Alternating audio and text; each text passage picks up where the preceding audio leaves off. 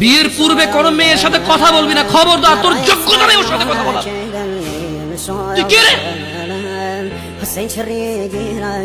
বামন হয়ে চাঁদের দিকে হাত বাড়াবি না। আমার বোনরা চাঁদ। ওয়াল্লাহি যেদিন ইসলামী শাসন আসবে, যেদিন ইমাম মেহেদী আসবে, যেদিন ঈসা আলাইহিস সালাম আবার আসবে, ওনার বন্ধের উপর যারা হাত দেবে উনি হাত কেটে ফেলবে। বামন হয়ে চাঁদের দিকে হাত বাড়াবি। আমার বোনরা চাঁদ। ইসলাম মেয়েদেরকে চাঁদ বলেছে আর তোকে বামন বলেছে। বেটা তুই বেটা ছেঁড়া খাতায় শুয়ে লাখ টাকা স্বপ্ন দেখিস, বিয়ের আগে মেয়ের গায়ে হাত দিস। সাহস কত তোর? সাহস কত? তুই জানিস না মুহাম্মদ সাল্লাল্লাহু আলাইহি সাল্লাম বলছে নেক স্ত্রী দুনিয়াতে যা আছে ওর চেয়ে বেশি উত্তম। তুই কি করে ওর গায়ে হাত দিস বিয়ের আগে? তোর সেই যোগ্যতা আছে বল?